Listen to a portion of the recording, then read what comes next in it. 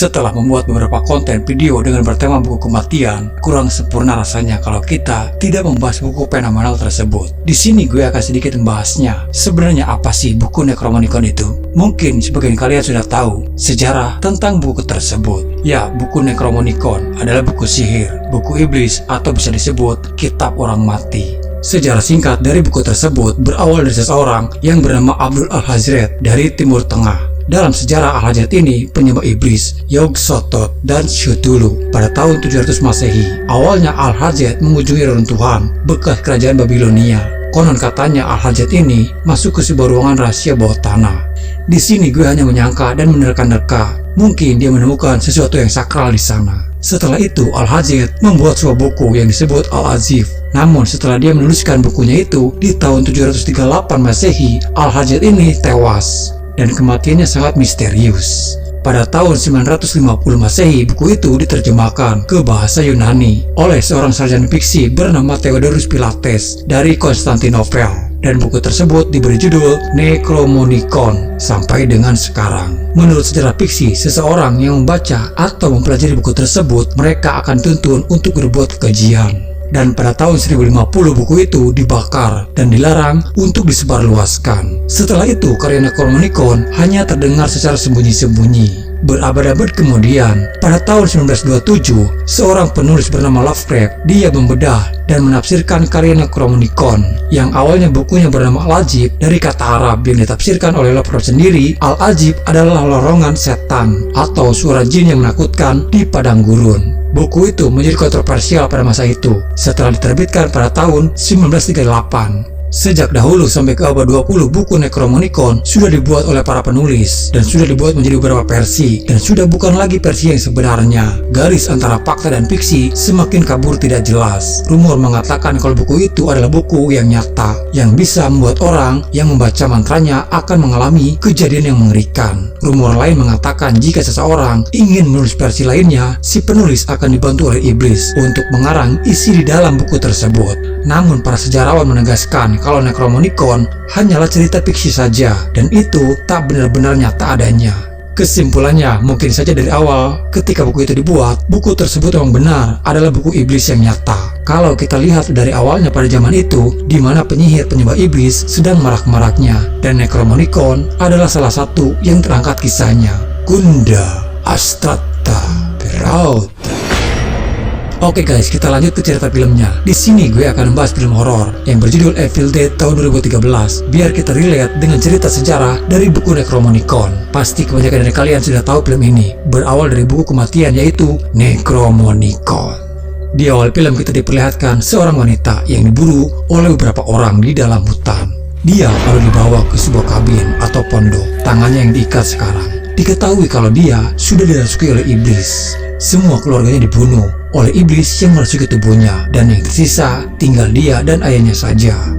Si wanita tua itu adalah seorang dukun yang memandu untuk menghentikan si iblis. Tak ada jalan lain, jalan satu-satunya hanyalah dengan membakar dia yang sudah dirasuki iblis, dan ayahnya sendiri yang harus merelakan putrinya yang akan dibakar hidup-hidup demi untuk putrinya terlepas dari iblis yang merasukinya. Awalnya iblis itu memelas memohon untuk dilepaskan. Sang ayah yang sudah tak percaya lagi tetap berusaha menyalakan korek apinya. Iblis itu pun sekarang memberontak. Tubuhnya terbakar dan ayahnya dengan terpaksa harus menembak kepala putrinya sendiri.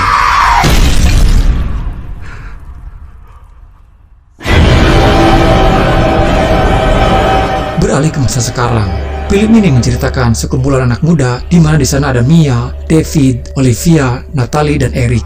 Rencana mereka datang ke pondok tersebut bertujuan untuk merehab Mia, adiknya David. Mia adalah pecandu berat salah satu narkotika. Olivia yang sebagai orang medis akan membantu Mia untuk terlepas dari ketergantungan Mia terhadap narkotika. Di sana juga David memberikan kalung untuk dia. Disaksikan oleh semuanya, Mia membuang serbuk haram ke sebuah sumur. Dia berjanji tidak akan pernah memakai narkotika lagi. Mia ingin hidup sehat, hidup normal kembali. Selama proses rehabilitas, Mia dan yang lainnya akan tinggal di sebuah pondok. Diketahui kalau pondok itu kepunyaan ibunya David dan Mia, guys. Terlihat kalau pondoknya sudah lama tak berpenghuni dan tak diurus. Olivia berbicara kepada David kalau sebenarnya ini pernah terjadi. Mia pernah melakukan rehab sebelumnya. Namun semuanya itu bertahan beberapa jam saja. Di sini mereka bersepakat apapun yang terjadi, Mia harus tetap tinggal di kabin sampai Mia benar-benar bisa terlepas dari rasa candunya. Di malam itu, Mia tiba-tiba saja mengamuk. Mia mengeluhkan karena bau busuk yang sangat menyengat di dalam kamar, yang membuat dia tak nyaman. Tapi anehnya hanya Mia saja yang mencium aroma busuk tersebut. Tak mudah untuk Mia melawan rasa sakit di tubuhnya. Asal kalian tahu saja guys, jika seseorang sudah ketergantungan narkotika, di saat dia berhenti memakai narkotika, tubuhnya akan sangat terasa sakit dan itu menyiksa. Tapi di malam itu, anjingnya bertingkah aneh, seperti ada sesuatu di balik karpet. David yang menggeser karpetnya. Ternyata di sana ada sebuah pintu untuk masuk ke ruangan bawah tanah dan ada darah kering yang berceceran di lantai. Mereka membukanya dan di sanalah sumber bau busuk itu berasal. Terlihat banyak bangkai kucing yang tergantung. Itu adalah ruangan tempat wanita yang di awal film itu dibakar. Terlihat ada bungkusan hitam yang diikat kawat. Karena tak tahan dengan bau busuk, mereka pun kembali naik. Namun Eric malah membawa bungkusan hitam itu. Di keesokan harinya, dalam kondisi hujan, Mia terus melawan dari rasa kecanduannya itu untuk mengalihkan pikirannya dia. Di lain sisi, Eric yang di awal curiga setelah menemukan bungkusan tersebut, dia seperti ada dorongan kuat untuk membuka bungkusannya. Akhirnya, satu persatu, dia memotong tali kawat yang terlilit di bungkusan. Dan itu adalah sebuah buku. Eric lalu membukanya halaman per halaman dan sampai di halaman mantra-mantra. Jarinya Eric tiba-tiba teriris benda tajam yang membuatnya berdarah dan menetes di halaman tersebut. Eric yang semakin penasaran karena terdapat tulisan yang melarang membacanya. Eric tetap nekat. Itu adalah huruf timbul yang kalau digeserkan ke kertas dan pensil, hurufnya itu akan terlihat dan Eric malah membacanya. Kunda Strata Honda. Eric tak sadar kalau dia sudah melepaskan iblis yang tertidur. Dan iblis itu kini yang menampakkan dirinya kepada Mia, yang kebetulan dia ada di luar sana. Mia yang ketakutan, dia kembali masuk dan meminta untuk pulang dari pondok. Namun sayang, mereka yang menganggap Mia sedang sakit dan malah meyakinkan mereka kalau Mia harus tetap tinggal di sana. Apapun alasan Mia untuk meminta pulang, mereka semuanya sudah sepakat untuk tidak membiarkannya pulang. Bahkan David pun sebagai kakaknya lebih percaya kepada Olivia. Mia kecewa kepada David, dia melemparkan kalung pemberiannya itu. Eric yang mengusir Mia ke dalam kamarnya, namun Mia sudah kabur lewat jendela. Mia kabur dan membawa mobil yang ada di sana. Mia yang sedang kacau membawa mobil dengan kecepatan yang cukup tinggi. Namun tiba-tiba saja Mia dikagetkan ada seseorang yang berdiri di tengah jalan. Mia langsung banting setir, namun malah itu membuat mobilnya menerobos masuk ke sebuah danau. Mia yang mencoba keluar dari sana. Tapi Mia mendengar ada suara David yang memanggilnya. Dan tiba-tiba saja iblis itu keluar dari danau. Dia berusaha berlari untuk menghindar. Tapi Mia harus terjatuh dan masuk ke semak-semak yang terpenuhi akar belukar. Kini tiba-tiba saja tangannya terikat dan ada yang menariknya. Mia terus berusaha dan kini malah lehernya itu yang tercekik dan hampir membuat dia tewas. Dan iblis itu kini persis ada di hadapannya sekarang.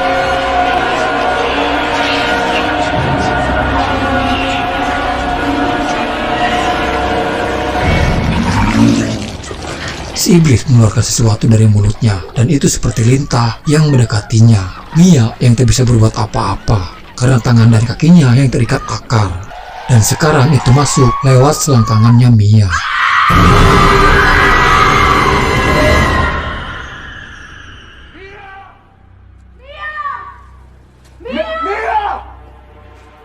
Selang beberapa saat, David dan Olivia akhirnya menemukan Mia yang sedang terkulai bersender di sebuah pohon. David dan yang lainnya menyarankan untuk membawa Mia ke rumah sakit, namun Olivia malah bersikeras untuk tetap tinggal di pondok. Karena semua yang dilakukan oleh Olivia pun sesuai prosedur rumah sakit, walaupun sebenarnya ada beberapa yang janggal terhadap Mia.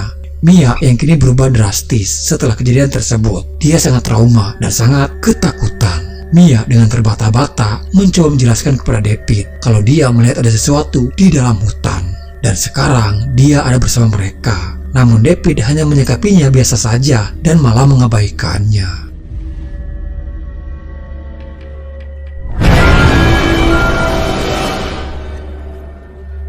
Sementara Eric masih mencoba mempelajari isi dari buku tersebut. Dari halaman ke halaman lainnya, itu seperti berurutan guys, yang sudah terjadi kepada Mia.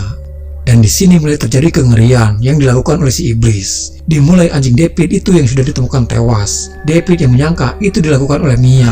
Dia mencoba memanggil Mia, namun Mia tak juga menjawab. David terus mengetuk pintunya, namun tak ada jawaban dari Mia. Mereka tak tahu kalau kini Mia raganya sudah dirasuki iblis. Iblis itu yang kini menyakiti tubuhnya Mia dengan mandi air yang sangat panas. Tapi untungnya David berhasil mendobrak pintunya. Dan terlihat Mia yang sudah sekarat dan kulitnya itu yang sudah terbakar. David lalu bergegas membawa Mia untuk ke rumah sakit. Namun sialnya jembatan penghubung itu terputus karena dibanjiri air sungai yang meluap. Lalu terlihat juga Mia yang dalam mobil tersenyum melihat David. David kembali ke kabin. Olivia yang memberi obat penenang kepada Mia. Kini kondisinya saling menyalahkan. Mereka yang tadinya mengikuti Olivia, namun kini keadaannya menjadi kacau. Mereka yang harus terjebak di sana. Tak lama Mia keluar dengan membawa senjata. Mia sudah bukan dirinya lagi. Iblis itu yang memakai raganya Mia sekarang. Mia ngikutin gayanya Rihanna dengan kepalanya dia digedek-gedekin. Mia lalu menembak David, tapi untungnya hanya mengenai tangannya saja. Lalu seketika ruangan itu berguncang hebat.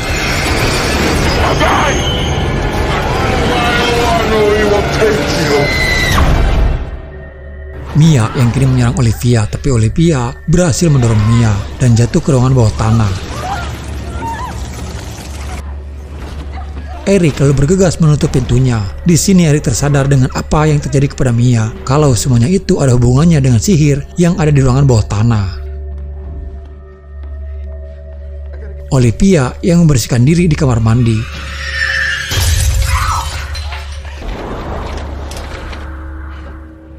Namun tiba-tiba dia yang kini dirasuki iblis.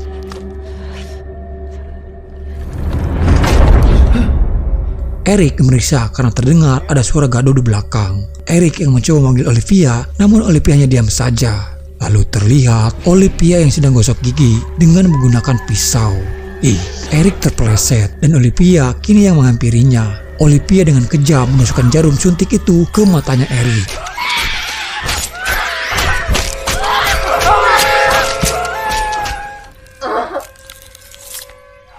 Eric dengan terpaksa harus memecahkan kepala Olivia dengan pecahan wastafel.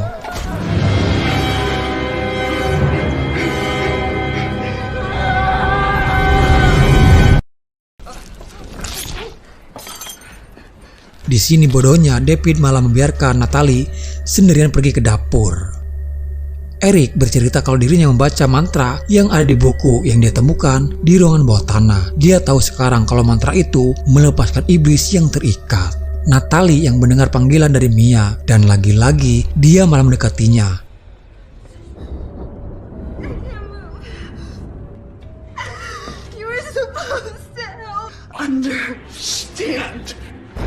Dan malah kini dia yang ditarik oleh si iblis.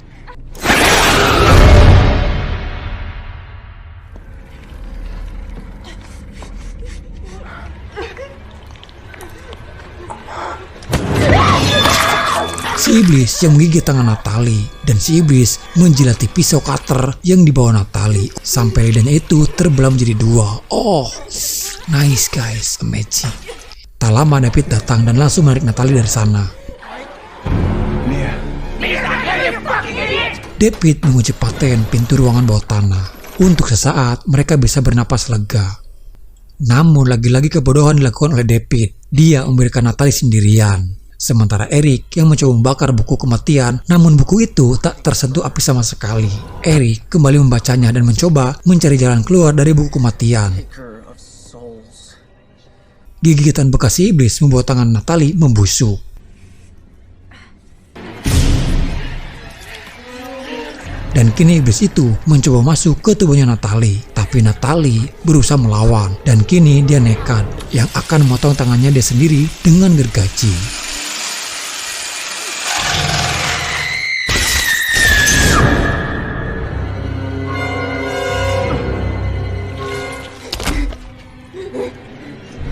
Iblis yang melihat kejadian itu pun tertawa.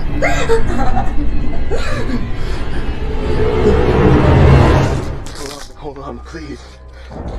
Eric and I... Dari petunjuk buku kematian untuk menyelamatkan seseorang yang dirasuki oleh iblis, ada 3 cara, yaitu orang kerasukan itu harus dimurnikan dengan dikuburkan hidup-hidup atau dimutilasi. Bisa juga dimurnikan dengan dibakar hidup-hidup. Tapi dari ketiga cara itu yang bisa dilakukan dan mungkin masih bisa menyelamatkan Mia adalah dengan Mia dikubur hidup-hidup. Tak lama Natalie datang, raganya yang sudah dirasuki iblis, dan mulai menyerang Eric dan David.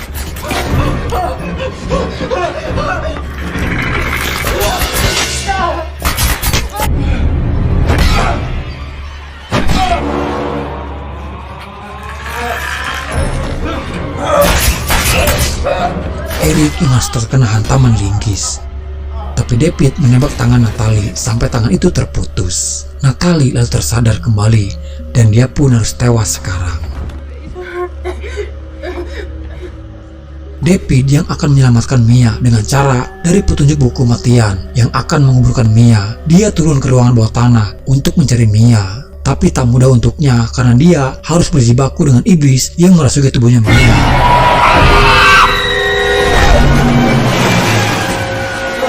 Namun di sana datang Eric membantu. Tapi karena luka Eric yang sudah parah membuatnya tak bisa lagi keluar dari sana dan Eric pun harus tewas. David melanjutkan untuk menguburkan Mia. Si iblis yang mencoba menggodanya, namun David sudah tak peduli lagi.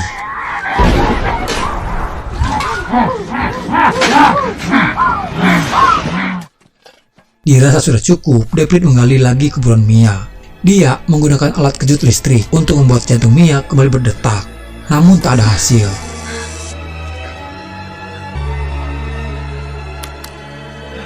David yang putus asa mengikhlaskan adiknya itu tewas. David yang akan pergi, namun tiba-tiba saja terdengar Mia yang memanggilnya. David berhasil dan membuat Mia kembali dan normal lagi. Mereka akan bergegas pergi dari sana. David yang akan mengambil kunci di dalam kabin. Namun ternyata iblis itu yang kini merasuki tubuhnya Eric dan menusuk David dari belakang. Mia datang menghampirinya, namun David menyuruh Mia untuk pergi dari sana dan mengunci kabin itu dari dalam.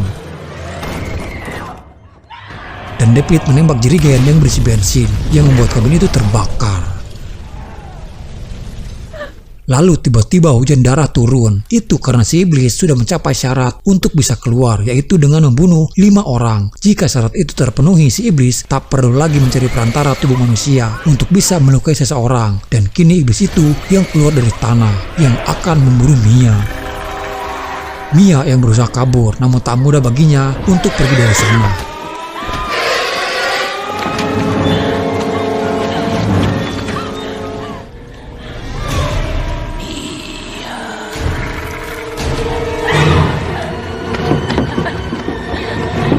Mia menemukan gergaji mesin yang biasa dipakai oleh Ash William. Mia terjebak di ruangan sempit, sementara si iblis terus menusukkan goloknya itu.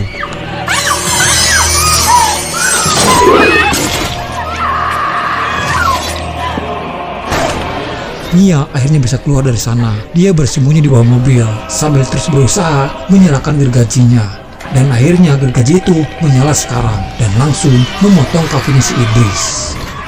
Mia berusaha keluar dari sana. Si iblis yang mendorong mobil itu yang membuat tangan Mia tertindih dan terjepit badan mobil.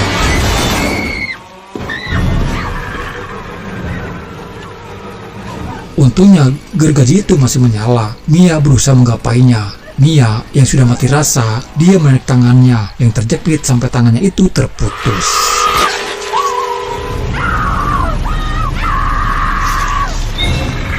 Dan kini dia yang menjadi eksekutornya. Dia membelah kepala si iblis dan tembus sampai menjadi 2 bagian. Itu adalah salah satu cara melawan si iblis dengan cara memutilasinya. Dan tubuhnya si iblis itu kembali masuk ke dalam tanah. Namun ingat guys, iblis itu tidak benar-benar mati. Lalu film pun selesai. ODGJ sih, ini tuh salah satu film horor terfavorit guys. Jadi nggak seperti horor lainnya yang kebanyakan munculnya sebentar, dan itu pun muncul hanya lewat mimpi saja. Jadi serasa dikelitikin gitu. Tapi ini sih serasa digaruk horornya. Ngomong apa sih? Tapi ya sudahlah, yang terpenting kalian terhibur ya. Lunas guys requestan kalian yang meminta membahas film ini. Jangan lupa like, komen, dan apa? Ah ya sudahlah. Sudah.